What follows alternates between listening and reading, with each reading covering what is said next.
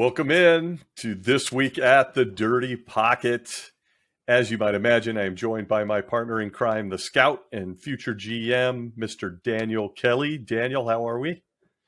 Hey, Happy New Year, everybody. 2022.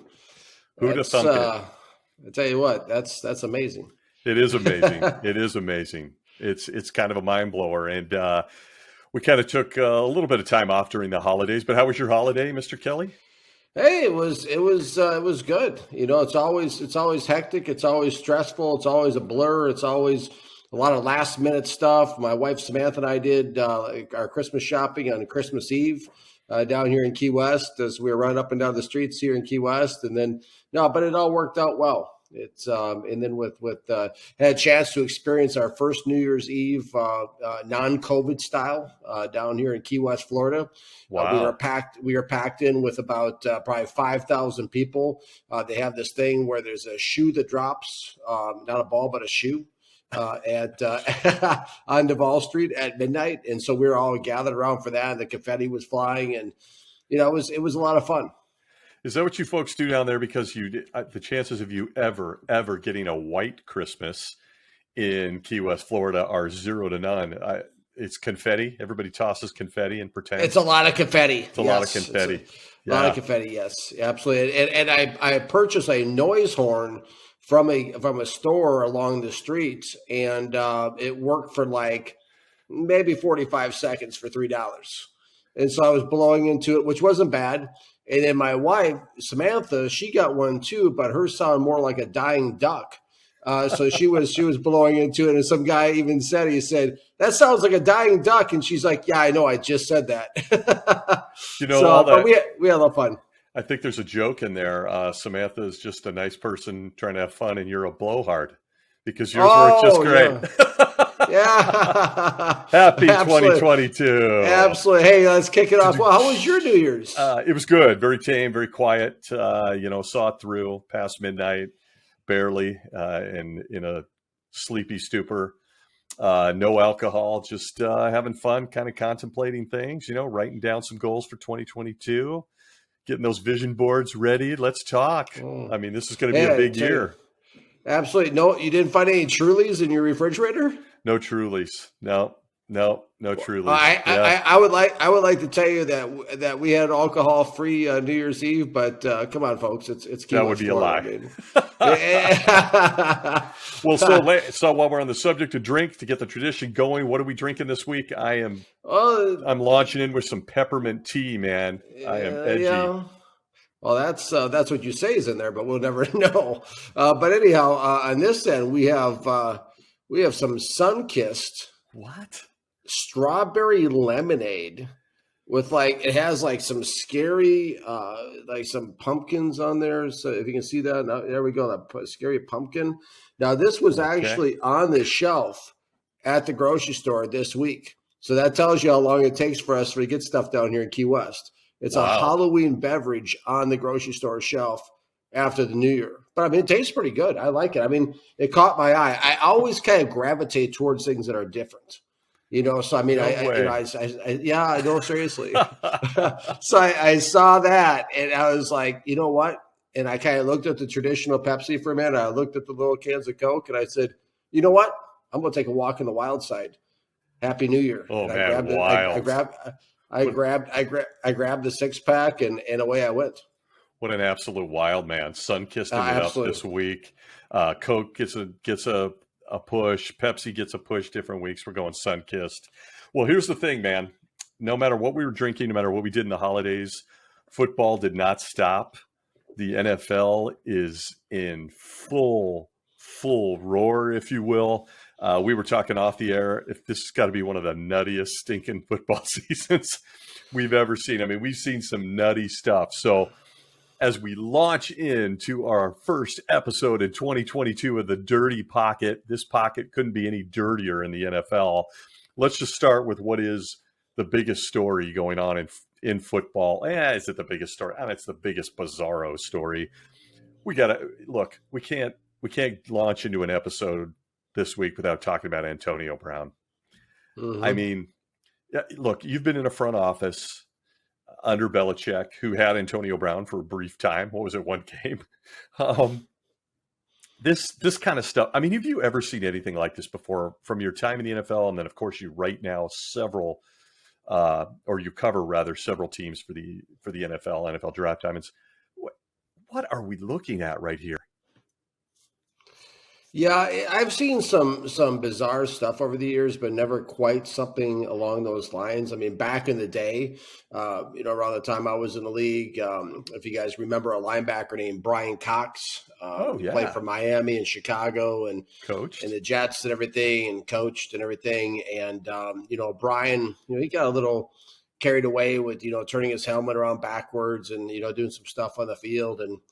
And then, of course, we've seen Dwayne Haskins more recently jump into the stands and take a selfie. And, we've saw Adam Gase, trying to catch a taco with his eyes at that press conference. That famous. Looked like he was just getting goosed, man.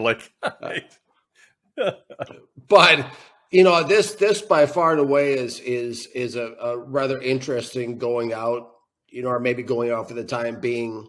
But yeah, no, it was very, very different. That's for sure. And hey, only in New York. I got to tell you, man, it was surreal. I didn't see it live. I was watching the Rams game, big shocker, at the time when they broke through with the story. And then, of course, now I've watched it 10 million times. And I just sit there with my jaw on the ground. Like, what is this guy thinking? So here's the thing. Here's what we got to ask. For anybody who hasn't seen it, and if you haven't and you're listening to the Dirty Pocket, I'd be shocked.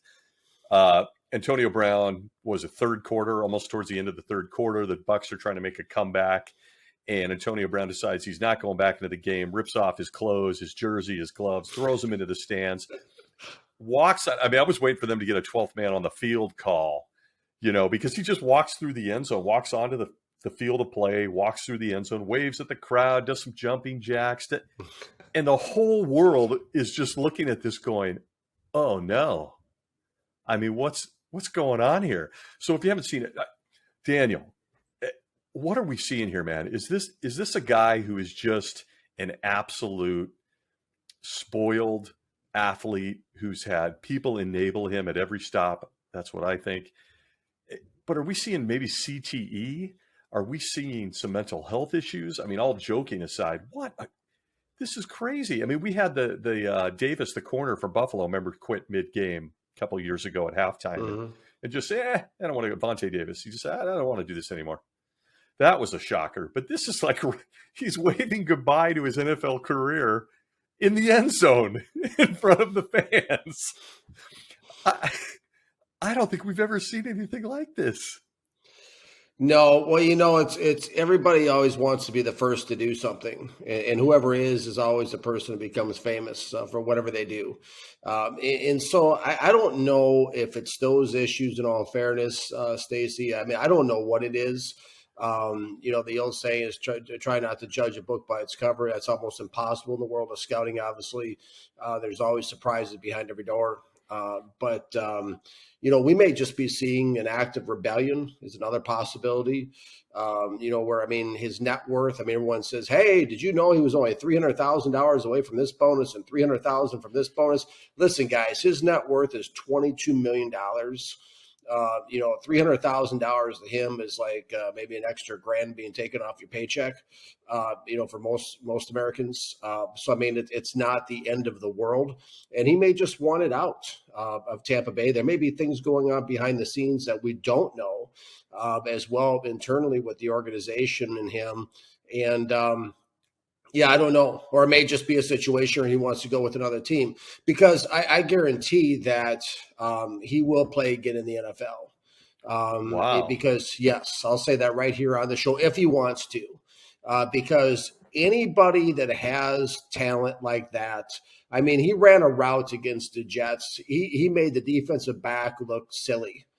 He just basically just put him on skates, turned him around, spun him around, came back for the ball. I watched it. I don't know if you saw it, but it was just an incredible route that he ran against the Jets. And very few receivers in the NFL can run that route. So, I mean, this is why we see guys like Jeff Gordon, get about 12 chances, or Josh Gordon. Josh Gordon, with the receiver. And too many names, too many draft picks going through my mind right now.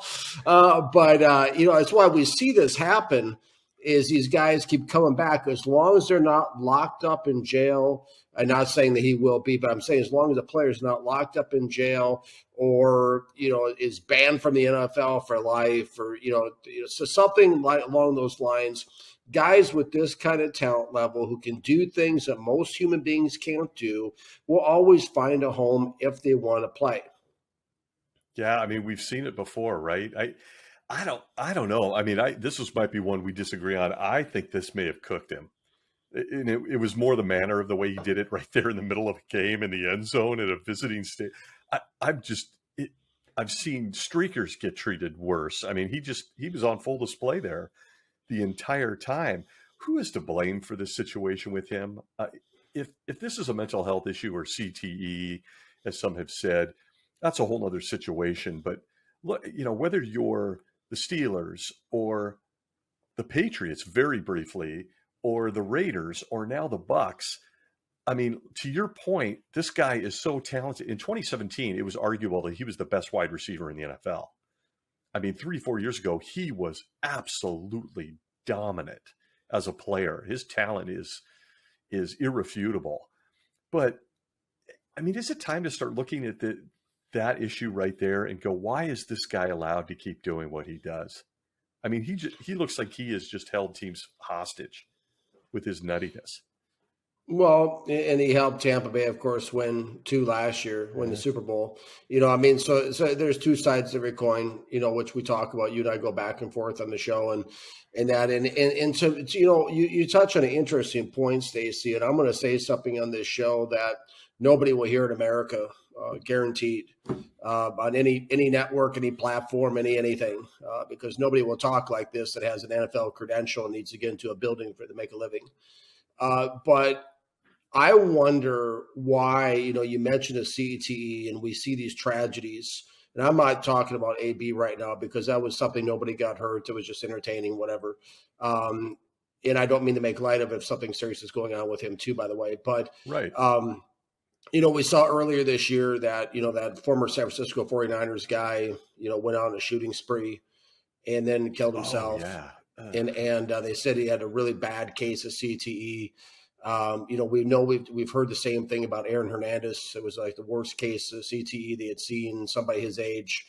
I'm just wondering at some point, I mean, the league wants to make such a big deal that they're doing everything they possibly can to mitigate lawsuits in the future. But did I say that out loud? Oh, trust me, I think there's plenty of NFL players, some of which I've interviewed on Gridiron Icon, that would agree with you. This is clearly a litigation situation. Right. And so they're everything, the protocols and, they seem to care more about the protocols of the concussions and the all that stuff than they do. We've talked about earlier in the year with knee injuries with Zach Wilson. I mean, they pay more attention to a potential concussion than they do a guy just limping around out there. With a knee problem. So I wonder if there's a day coming where they're going to have, we make such a huge deal about COVID and the vaccine and making sure everyone's vaccinated and making sure of all these things in the league. But I wonder if there's a day coming where they're going to have CTE testing every year on all the players and see the results. Now the league won't want this and the teams won't want this and the fans maybe not want this, because the results may be a little, it may be some players ending their careers a little bit sooner than others because of this. But why do we have to wait until the end of the story, the end of the book, to find out that it's too late? Why do we have to wait till a tragedy and do an autopsy of somebody's brain to find out that this was a real problem? When are we going to test players on an annual basis and find out who has it, what's going on, and monitor this? When are we going to care more about the players than anything else? Yeah, I think you really touched on a really big paradox in this situation, because one of the challenges we all know is that you can't detect CTE until someone's passed away, until they do an autopsy and they look at the brain. However, if that wasn't the case and they could test for CTE, would they want to?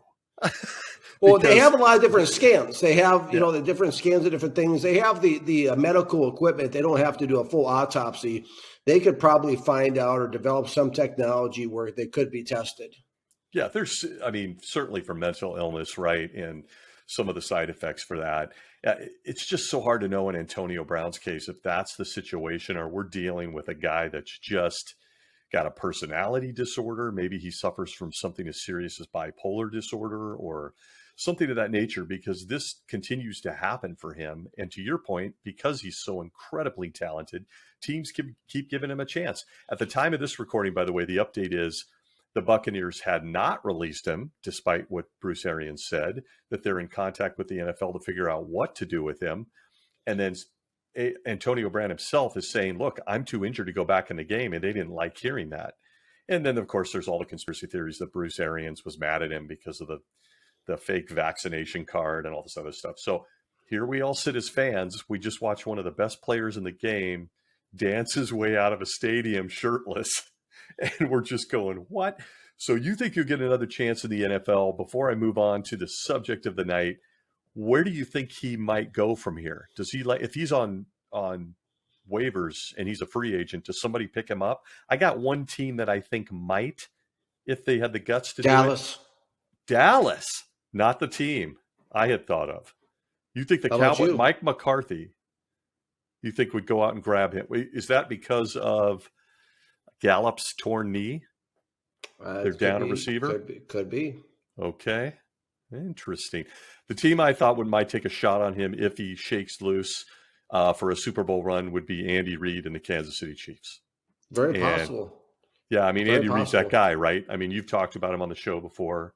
Andy Reid's one of those guys that really believes in the second chances and things of that nature. And Brown, they've really had trouble in Kansas City keeping their receivers healthy outside of Tyreek Hill.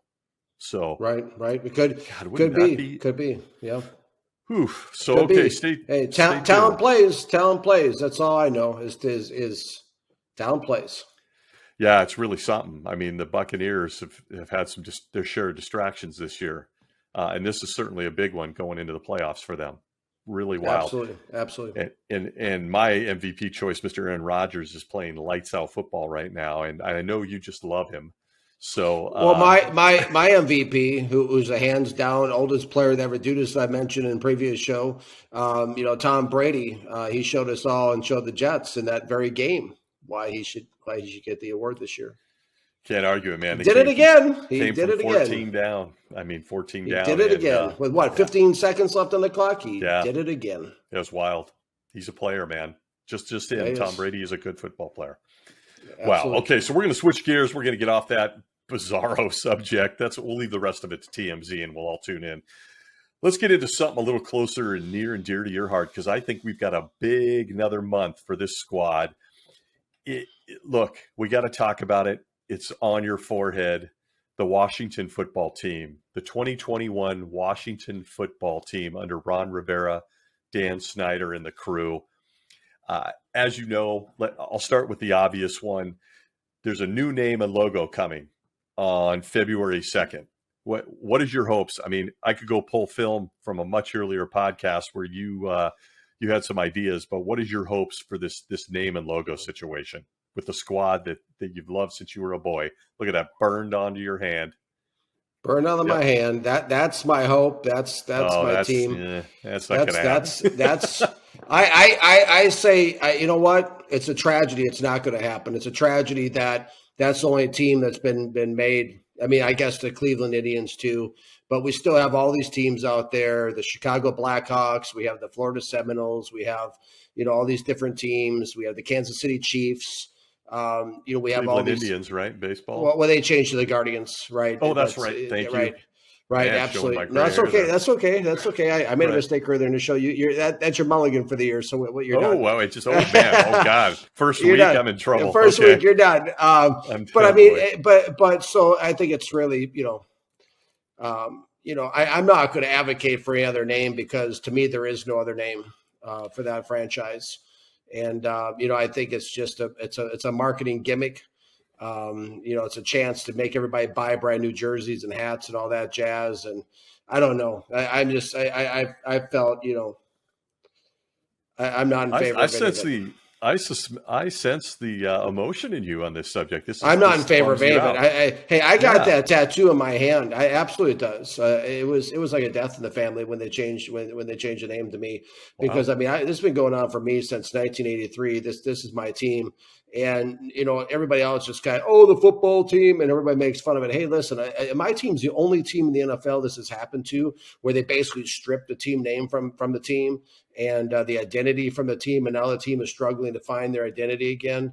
And yeah, no, I mean, it's just, I think they took advantage of the political climate at the time, everything that was going on in America at the time. They've wanted them to change the name since I was a boy. They've been protesting the thing the whole time. And the fact that none of the other teams besides Cleveland, the Guardians, have been forced to change their name, and they all go on and do their thing, the Atlanta Braves included, I just think is wrong. Point blank. I'm gonna drop some more bummer on you right here. The odds came out tonight on what the Washington team is going to do for a name. The betting odds, courtesy of Sportsline, at plus 1,500, we have the Washington Admirals. At plus 800, we have the Washington Armada. God, that's awful. At plus 500, the Washington Defenders. At plus 300, the Washington Red Hogs. I'm out on that one. And at plus 200, the Washington Commanders. I mean, I'm looking at all these thinking, I'm pretty sure I could throw this out to a high school marketing class and they could come up with better names. None of those are good. The Armada, like what we're a military ship crew? What? That's the most bizarre thing. I guess Defenders is the one I'd choose out of that bunch. But this, on February 2nd, lifelong Washington football team fans like yourself are about to get a new name, a new logo. And I tell you, the controversy, unfortunately, surrounding your squad is, I can sense it. It's kind of hurts your heart a little bit. I mean, the stuff with the Dan Snyder stuff, the emails, the sexist, rumors about employees. And it's just, man, we need a new era of Washington football. And for those of us like yourself, you could go on for 2 hours. But for me, I'm picturing the Diesel. I'm picturing Darryl Green chasing down my man, Eric Dickerson, from behind. I see Mark Rippon and Joe Theismann. I see Dexter Manley. Wow. I mean, this is going to be a real shift for your squad, man. And I want to go a little deeper on the Washington football team, because as you and I know, they lost to the Eagles. They're out of the playoffs.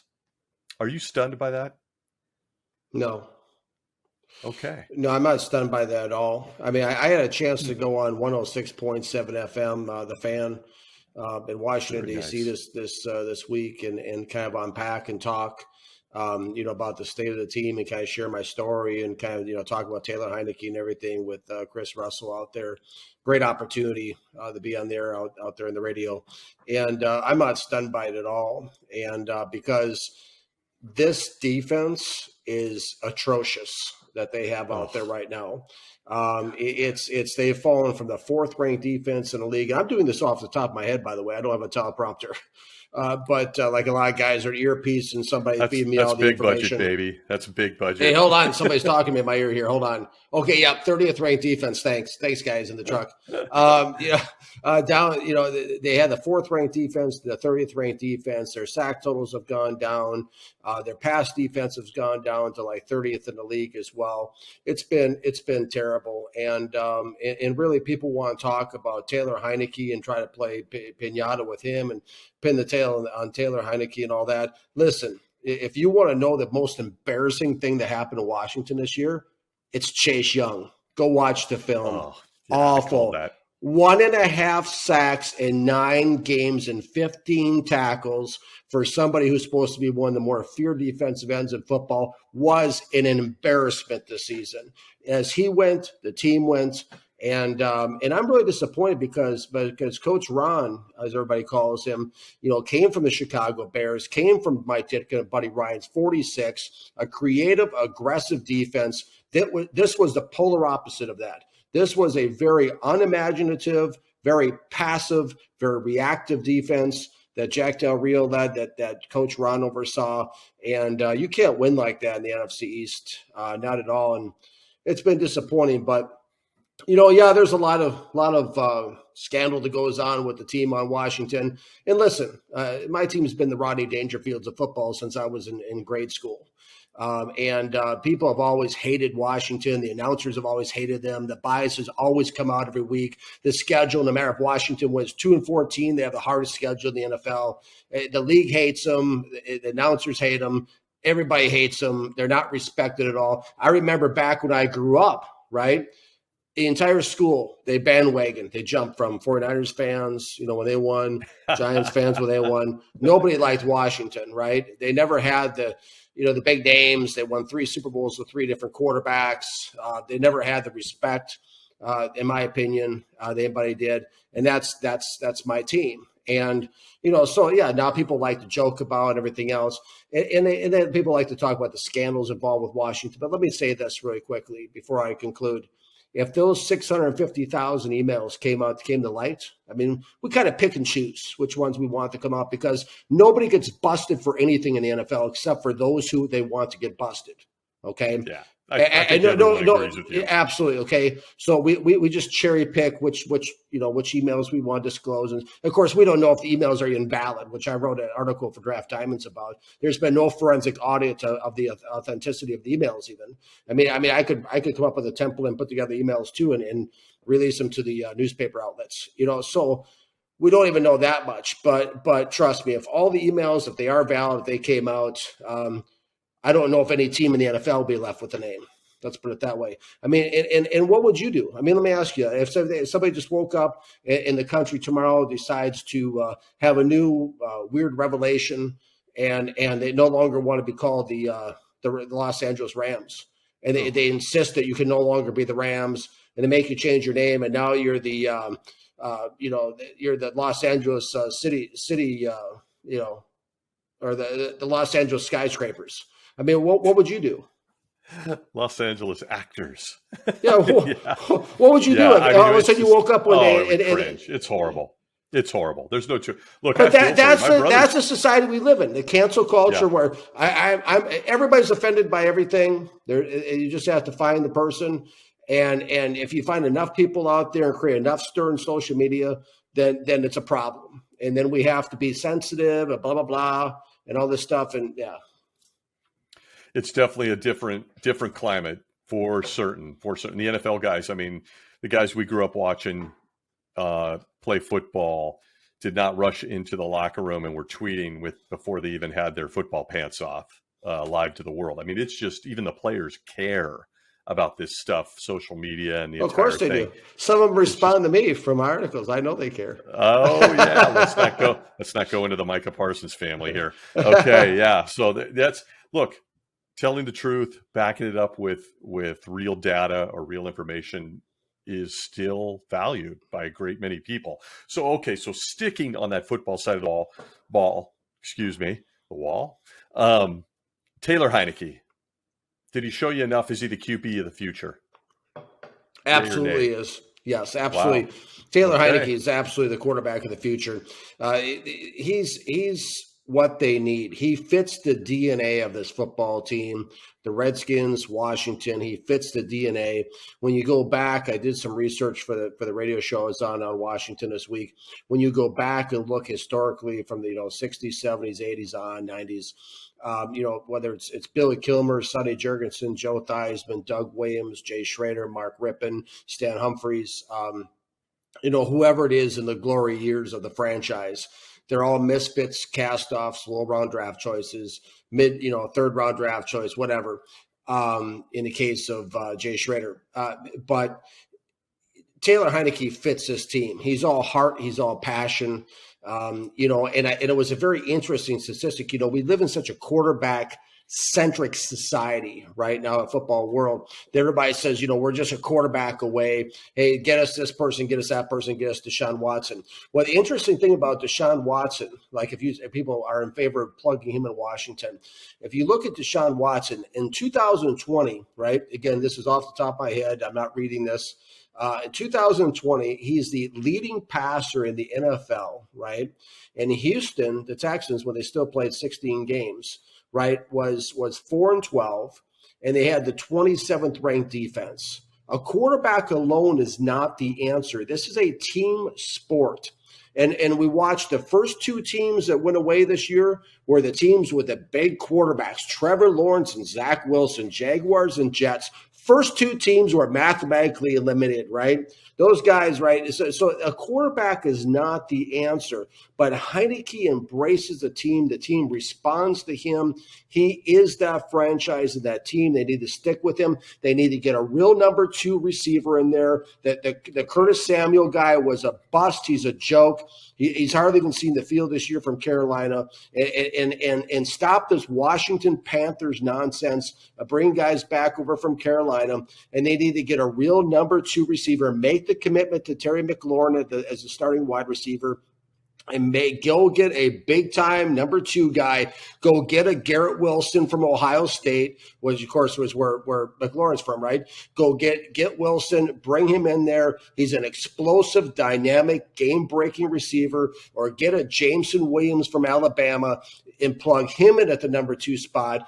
Put Heineke back there. And please, if anybody in Washington cares or is listening, get a real big-time running back in there, an NFC East type of running back, not a third down back like Gibson is or a change of pace back, but get an actual NFC East running back behind that offensive line and keep Heineke in there and do something to improve that defense. And if Chase Young wants to play flag football, ship him off to another team, trade him, get him out of there because he was a disgrace this year, and let's get some draft picks back for him. Boy, I got to tell you saved me some time. I was going to ask you about Antonio Gibson. I too, am a little bit on the fence with him, loaded with talent. Not sure he's a fit in that. He's not a starter. Offense. He's not a starter. He's not a starter in the NFL, period. He's not. He reminds me a little bit. He's a change of pace. Yeah, he's a change of pace back, just like DeAndre Swift is with the Detroit Lions all year. We've had the same discussion writing for the Lions all year long about, Swift or who should be the starter out there. These type of backs are change of pace backs or third down backs. They're not starters. Yeah, it's interesting because Gibson was a wide receiver at Memphis. It played a little bit of running back. He was interchangeable. He reminds me a lot of, guess who? The guy who started in front of him at Memphis, the Rams' Darrell Henderson.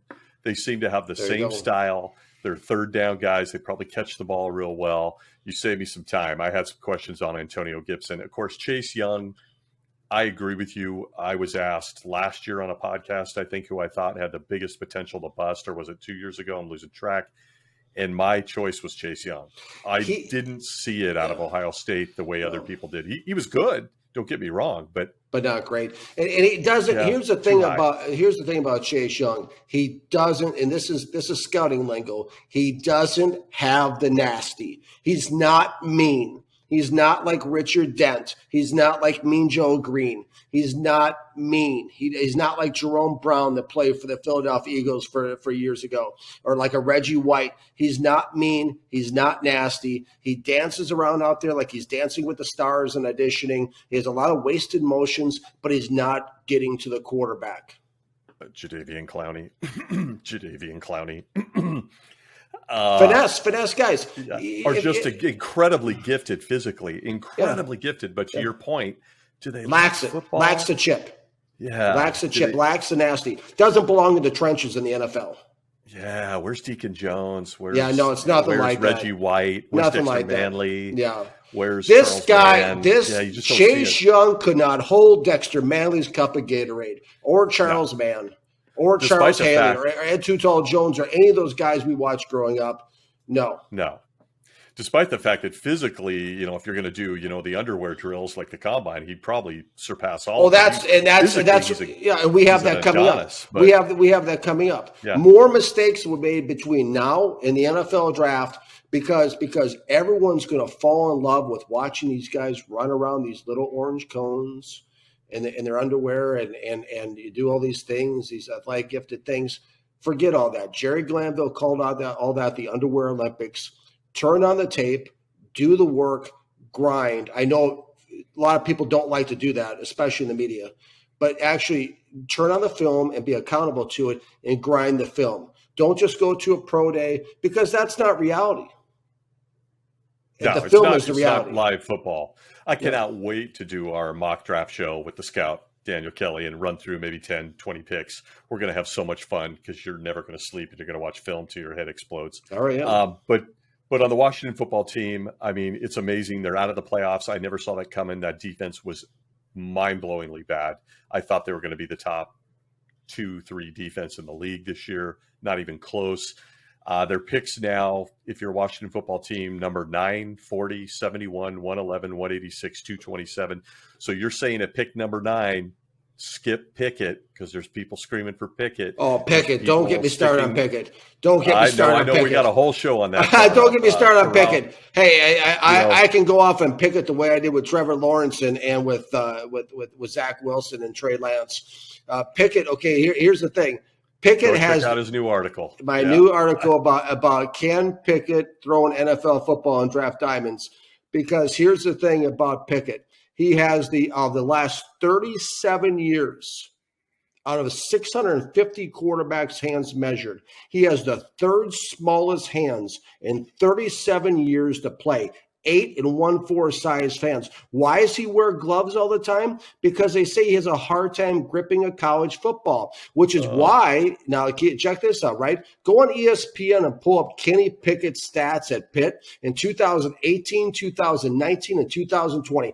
38 interceptions, 38 touchdowns, 24 interceptions, domestic numbers. Then this year, I mean, let's put this in perspective. Everyone thinks PFF is where it's at, right? Pro Football Focus. They think I'm out of my mind. They think I'm cuckoo. Not unless you're Shannon Sharp. He won't listen to him anymore. Well, check this out, right? There's a famous clip of that. In July 2020, PFF, who everyone thinks walks on water, all the fans do, right, had Pickett rated as their 67th FBS quarterback, period. Not 67 pick overall, 67th rated quarterback, FBS quarterback, okay? I mean, to put this in perspective, I wrote an article on Draft Diamonds, okay? Pickett wasn't even listed on most major platform first-round draft mock drafts in this previous summer, okay? He wasn't listed. PFF, right, did not have them. Their first time that Kenny Pickett showed up on PFF's mock first-round draft pick was on December the 6th. On September 1st, he was even Kuiper's top 10 quarterbacks, okay? Now all of a sudden, this guy's a top 10 pick. Oh, look at Kenny Pickett. Look at this. Kenny Pickett is a bust waiting to happen. He's another byproduct of the hype machine and the agent and the media and the PR firm that's working for him. What's going to be interesting, he's going to be playing in the Senior Bowl in a couple of weeks. What's going to be interesting is to see how he throws an NFL football, because if he can't grip the ball, which interestingly enough, the NFL regulation size football is larger. I don't know if everybody knows this, is larger than the college football, right? So whether or not he can grip and throw the football, because if he has trouble at the Senior Bowl, P.S., check his gloves for Stickum, as I said in my article. If he has trouble with his double-jointed thumbs, barely holding the ball, wearing gloves and all this, if he has trouble throwing the ball, not only may he slide in the draft, he may remove himself from NFL draft boards if he can't hold an NFL ball. So to sit there and think that Kenny Pickett's the guy at 9, no how, no way, no can do. It's not Kenny Pickett. I gave Kenny Pickett a 5th-round draft choice for SI All Alliance, 5th-round draft choice for rating for Draft Diamonds. This guy reminds me, you remember Rusty Hilger? Oh, yeah. Of course. That's who he reminds me of. He's quirky. Yeah. He's quirky in the pocket. Okay. He bails at the first sign of trouble. He starts running around. His ball placement's all over the field. He's quirky. He's inaccurate. This guy is a bust waiting to happen. Absolutely positively not at number 9. Positively not. I mean, I wouldn't take him in the 9th round. Yeah, he reminds me of Bobby Hebert. You remember? Played with the Saints there for a while. You know, he can do some things well. That's an insult to Bobby Hebert. That's an insult to Bobby Hebert. That's never an insult. But he reminds me that. Bobby Hebert was pretty good, though, for a number of years. Yeah, this guy won't even start. This guy won't even start. Wow. Okay. So there you go. At number 9, Washington football fans, forget it. Forget Pickett. Scouts going with Heineke. Pick yourself up a solid wide receiver. There'll be several available there at number 9. Go with Garrett Wilson. That's the guy at number 9 for Washington. Build around him.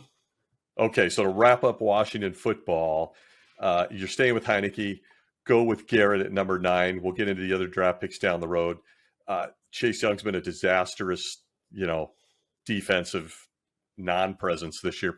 Non-presence. Flag football. You think there's any chance this Washington football team looks at the quarterback position and sees what Huntley's doing in Baltimore, or Jimmy G comes available in San Francisco and says, let's go get one of those guys?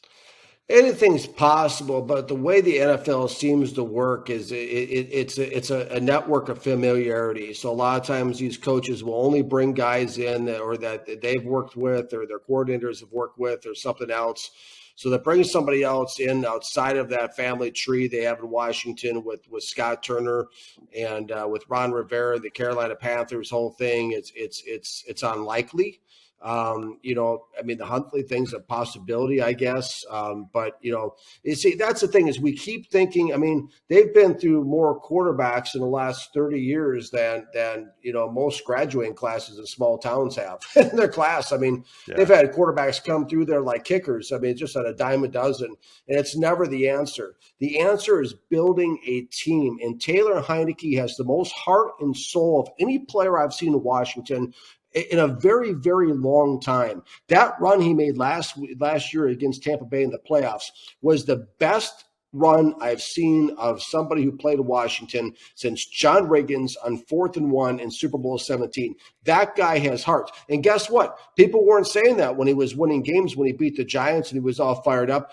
People weren't saying that with the Atlanta Falcons when he found J.D. McKissick and he turned and found him across the field and shot the ball to him. This guy makes a lot of good plays. He also has mobility and he cares. He's only probably only 20% of players in the NFL even care. And so he has the heart and the passion. He is absolutely unequivocally the quarterback, the franchise quarterback of the Washington, team. Strong endorsement from the scout. Strong endorsement. Hey, I look Bill Belichick in the eyes and convinced him to hire me. I'm not just somebody that just, doesn't, I have more credentials than most people in the media do. So when I talk about Taylor Heineke being this guy, that's my guy. He has shown me what I need to see from him. Stick with him. Right. He's going places. Okay. Strong endorsement from the scout. Strong endorsement. Love him. So let's take a look. Keep Aaron Rodgers away from Washington. He was not going there. He's a Packer. He's gone. Yeah. Aaron Rodgers isn't going to any other teams. I don't see that happening at all. I just don't. Wouldn't be surprised if he wins a Super Bowl this year, Aaron Rodgers will. He won't. He's just going to take him to the altar again so he can do his little farewell to management that he hates. This is all a buildup for him to let the organization down for the 3rd straight year because he couldn't play armchair. He couldn't play armchair GM. So his feelings are hurt that they don't come to him and ask for his opinion on what they think he should do, what they should do with him. And he's not invited to the war room for the drafts and stuff. So he'll leave Green Bay at the altar. You watch. Oh, man, I'm not even going to open that door. That's a whole nother show. Okay, as we close this week, we're going to take a look at the couple of the biggest games. And, yep, I know you're going to start laughing. Imagine that. Let's just start with the truth is it's the biggest game probably. These two are the biggest games of the weekend. The Rams versus the 49ers. The NFC West is on the line in this game. You're playing for something on the final week of the year and the Niners to make the playoffs. So this game, and by the way, Shanahan has kicked McVay's butt for 5 straight games. So what say you, Scout? Rams, Niners, what do you expect to see? And I know you're a Shanahan fan, so this is going to be a snot-nosed, knock-'em-down, bloody football game. I'm taking the actors. You're taking the actors, the Los Angeles actors, huh? Yeah, right. Absolutely. I'm taking LA. When it comes down to it, I don't know. I haven't heard because I've been so caught up in evaluating talent. Have you heard who's starting for San Francisco? I have. It looks like it'll be probably Jimmy G. There's rumors of Trey Lance. Come on, they can't throw Trey Lance in that game. Jimmy G, look, if Baker Mayfield could play with a torn labrum last night when the game meant nothing, then Jimmy G better find a way to strap up and get in that game because they're playing for their lives here. This is a true meaning of a rivalry game. Rams Niners this weekend. It'll be a lot of fun. Yeah, I'm taking your team. I'm taking your team, the Actors. Okay. I'm gonna take those Los Angeles Actors as well.